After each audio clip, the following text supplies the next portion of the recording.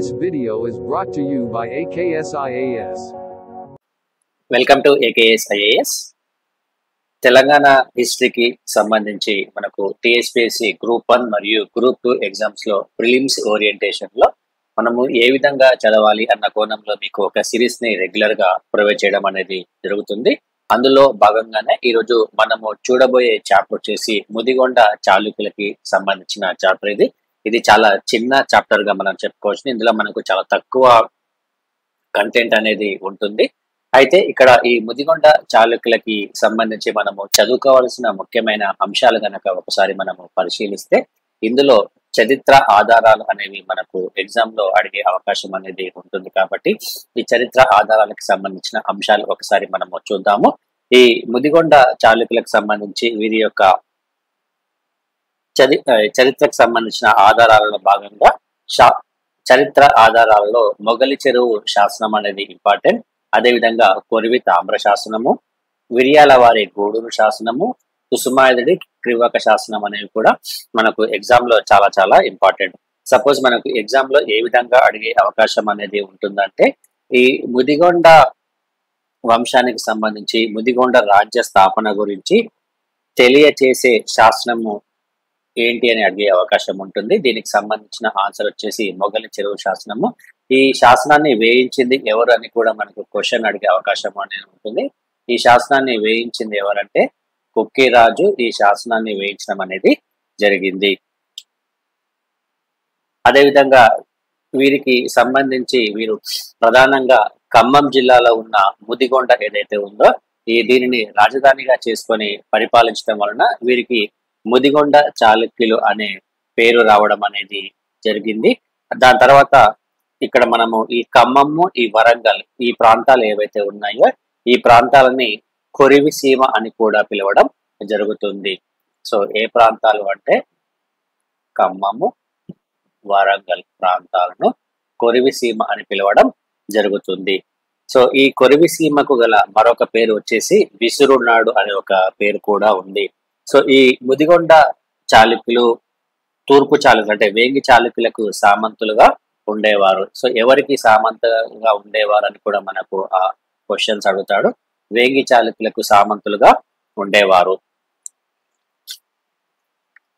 వీరి యొక్క రాజకీయ చరిత్రతో పాటు వీరికి సంబంధించిన ముఖ్యమైన అంశాలు కనుక ఒకసారి చూసుకుంటే ఈ ముదిగొండ చాళుక్యులకు సంబంధించిన వంశ స్థాపకుడు వచ్చేసి గొనగుడు అనే రాజు, అదేవిధంగా రాజ్య స్థాపకుడు కొక్కిరాజు, వంశ మూల పురుషుడు వచ్చేసి రణమర్దనుడు, వీరి యొక్క రాజధాని ముదిగొండ, వీరి యొక్క రాజ చిహ్నము కంటకహారము.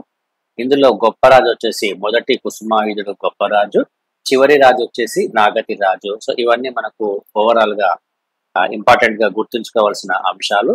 దాంతో పాటు వీరి యొక్క రాజకీయ చరిత్రకు సంబంధించి కూడా మనము గమనిస్తే ఇందులో మనము ఆల్రెడీ చెప్పుకున్నాము. సో రాజ్య స్థాపకుడు వచ్చేసి కొక్కిరాజు అని చెప్పుకోవడం అనేది జరిగింది. ఇతనికి సంబంధించిన బిరుదులు కూడా మనకు ఎగ్జామ్ లో చాలా చాలా ఇంపార్టెంట్. ఇతని బిరుదులు వచ్చేసి ప్రవర్ధమానుడు, అదేవిధంగా విజయుడు అనే బిరుదులు ఇతనికి ఉండేవి. ఆ తర్వాత నెక్స్ట్ వచ్చేసిన రాజు రణమర్దుడు అనే రాజు. సో ఈ రణమర్దుడు ముదిగొండ చాళుక్య వంశ మూల పురుషుడుగా మనము చెప్పుకోవచ్చు. సో ఇది ఈ రణమర్దుడు అనే రాజు రాజచిహ్నంగా కంటియ అనే కంఠహారంని ధరించడం అనేది జరిగింది. ఇది ఈ రాజుకి సంబంధించిన ముఖ్యమైన అంశము. ఇక నెక్స్ట్ వచ్చేసి మొదటి కుసుమాయుధుడు అనే రాజు. ఇతనికి సంబంధించి ముఖ్యమైన అంశం వచ్చేసి కొరివి శాసనం అనేది చాలా ఇంపార్టెంట్ అంశంగా మనము చెప్పుకోవచ్చును. సో కొరివి శాసనం అనేది చాలా చాలా ఇంపార్టెంట్.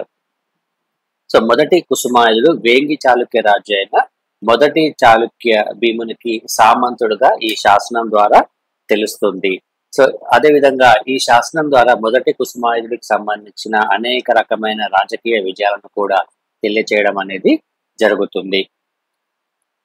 ఇక నెక్స్ట్ రాజు వచ్చేసి రెండవ కుసుమాయుధుడు.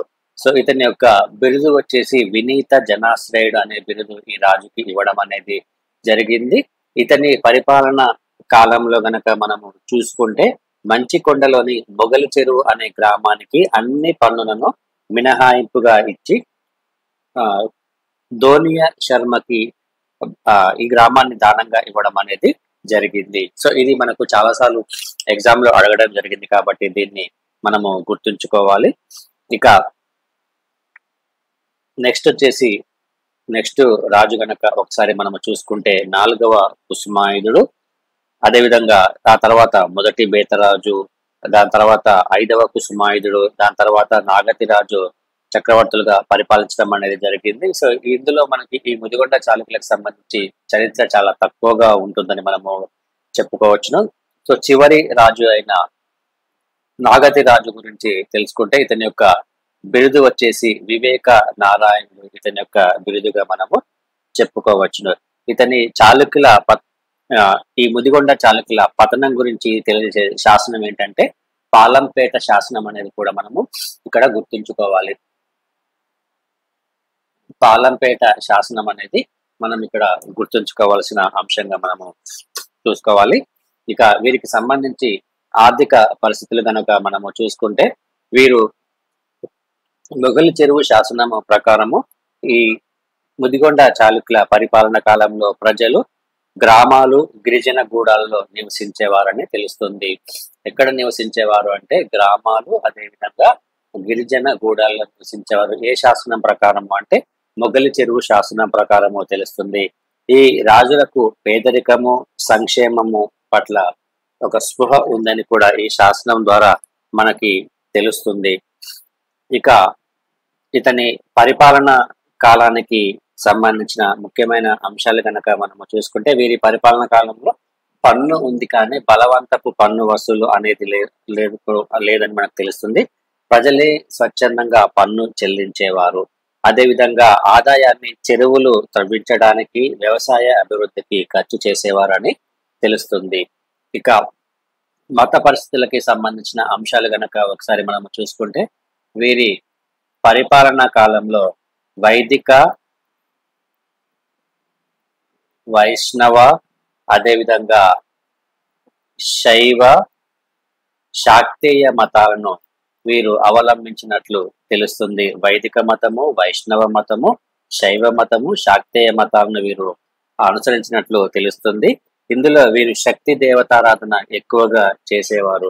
అదేవిధంగా ముదిగొండ చాళుక్యులకి సంబంధించి ఆరతి పుత్రులం అని పేరు కూడా ఉందని మనం ఇక్కడ చెప్పుకోవచ్చును. ఇక వైష్ణవ మతానికి సంబంధించి వీరి శాసనాల్లో ఎక్కువగా వరాహ లాంఛనము, అదేవిధంగా గరుడ ధ్వజనము వీరి శాసనాలు ఎక్కువగా కనిపించడం అనేది జరుగుతుంది. అదేవిధంగా పండుగలకి సంబంధించి కూడా చూసుకుంటే వీరు ఎక్కువగా మకర సంక్రాంతి, అదేవిధంగా పెరామణి పున్నమి, గౌరీ పండుగను వీరు చేసుకునేవారు. సో పండుగలకు సంబంధించి కూడా మనం ఇక్కడ గుర్తుంచుకోవాలి.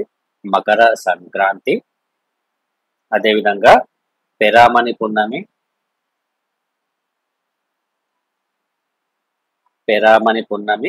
మరియు గౌరీ పండుగ.